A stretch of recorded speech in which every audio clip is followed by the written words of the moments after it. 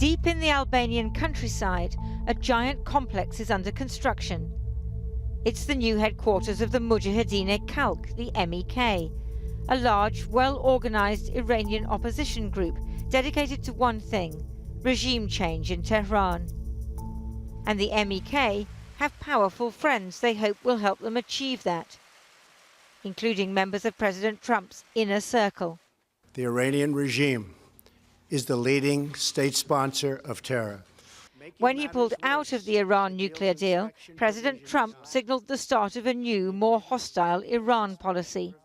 Looking on approvingly, his national security advisor, John Bolton. Thank you very much.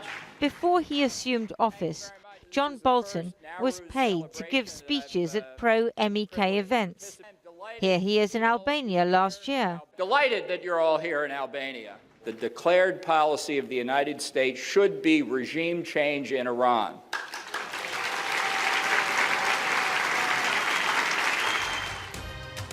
President Trump's aides say that the MEK's leader, Maryam Rajavi, is the face of a democratic future for Iran. You're the vision for the future. You are the vision for the future of Iran.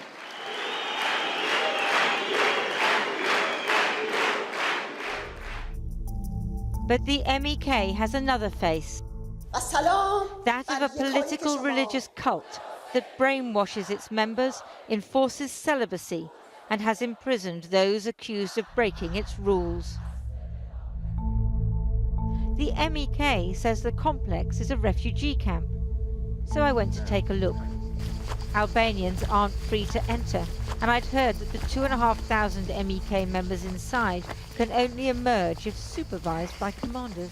Hello, how are you? We were immediately intercepted by Albanian private security guards.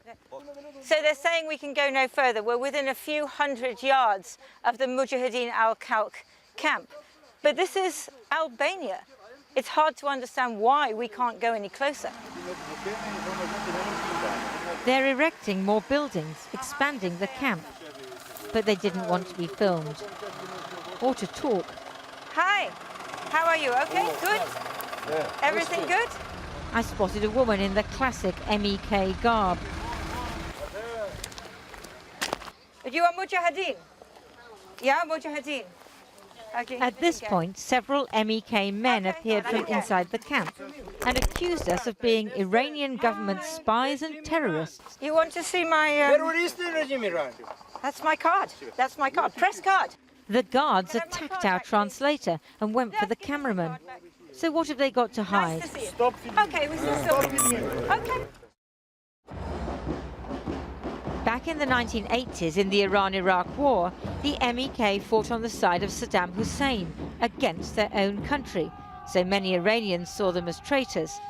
The Iranian regime then executed thousands of MEK political prisoners. They operated from a military base in Iraq and were classified as terrorists by the US government.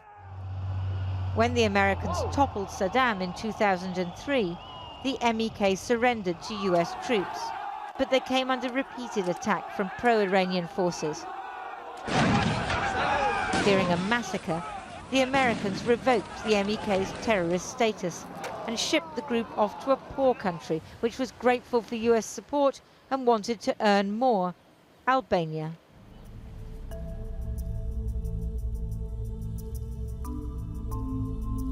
Hello. Hi. In Tirana, I met a couple who were trying to convince Albanians that the MEK is up to no good in their country. Hello. Mustafa and Mahbube used to be MEK supporters. They've come all the way from Canada in the hope of seeing their daughter Samaya, who they say was kidnapped by the MEK 20 years ago and is being held in the camp. I am not against the Mujahedin. It's not my business. I am not political. Just, I want to see my daughter. 10 minutes, please. Bring it here, me and my wife. Just see. Mustafa has filmed his 2 decades-long odyssey to rescue his daughter, joining other desperate families in Iraq. On the streets of Tirana, he was roughed up by MEK members, shouting that he was an Iranian terrorist and spy, even though he's been a Canadian citizen for 17 years. I try to translate in Albania. The MEK, who won't let Samaya see her parents unsupervised, has issued a clip of her, also accusing her father of being an Iranian spy. He came back in Albania to say some of these words to all the people in Albania, to say, Mujahideen have been kidnapped me. But this is not right, because I am in free country in here. In the anonymous suburbs of the Albanian capital, we found some of the 120 or so Mujahideen defectors who've escaped the camp. They fear that their former commanders are still watching them, but some want to tell their story nonetheless. This hashtag belongs to Mujahideen. These are all Yes. Mujahideen hashtags. As a trusted member, Hassan was a keyboard warrior. While others were barred from any contact with the outside world, he says his job was to post fake comments on Twitter, exaggerating Iranian people's support for Maryam Rajavi and insisting that the MEK is behind current protests in Iran. It should comment by the different account and not MEK members Mujahideen, because we want to show the Iranian people support Maryam Rajavi. So you were a troll? Yes. You were an internet troll? Yes. Hassan showed me where he used to stay in the camp.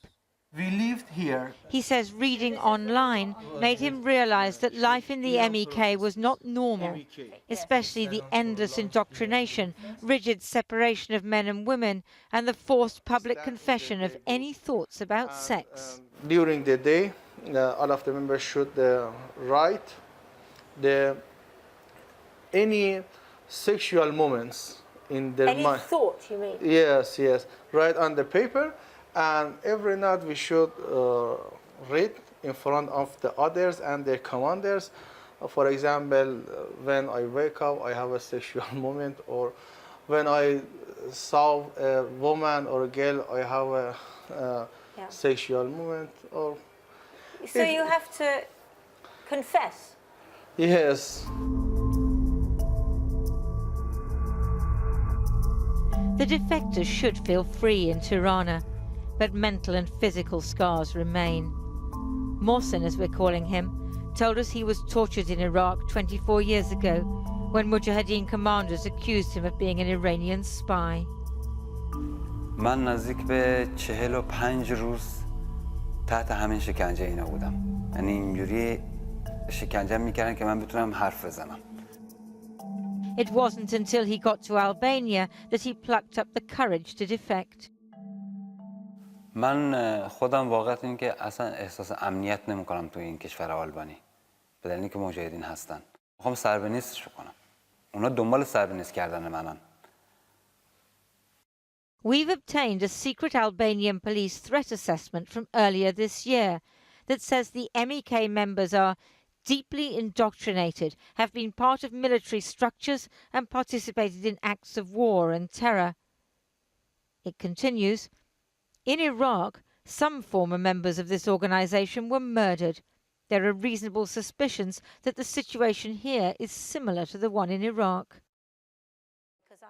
Albanian security officials worry that the MEK is building a state within a state. Organizat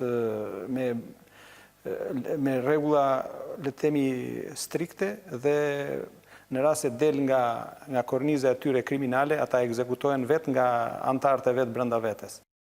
When we contacted the MEK, they accused Chanel4 News of being Iranian government agents, saying no logical person with common sense would expect the Iranian resistance to partake in a program which all signs indicate has been coordinated with the Ministry of Intelligence and Security from the onset.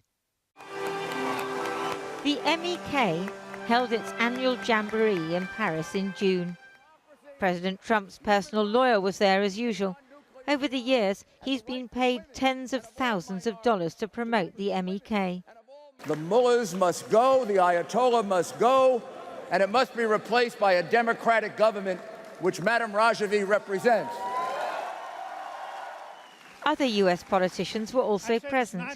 Some are long-standing MEK supporters, but now, for the first time, they can effectively provide a hotline to the Oval Office. Perhaps the MEK's cultish behavior makes it more of a threat to itself than to Iran. In the camp, they're aging, and as they weren't allowed to have children, there's no new generation. On the outskirts of Tirana, we found a bleak graveyard. Identical tombstones for MEK members who died of disease or old age. Martyrs for a cause that has almost no support in Iran, but is nonetheless promoted by paid American politicians. Maybe they believed until the end, or maybe they didn't dare escape, so they died without seeing their families again, far from home.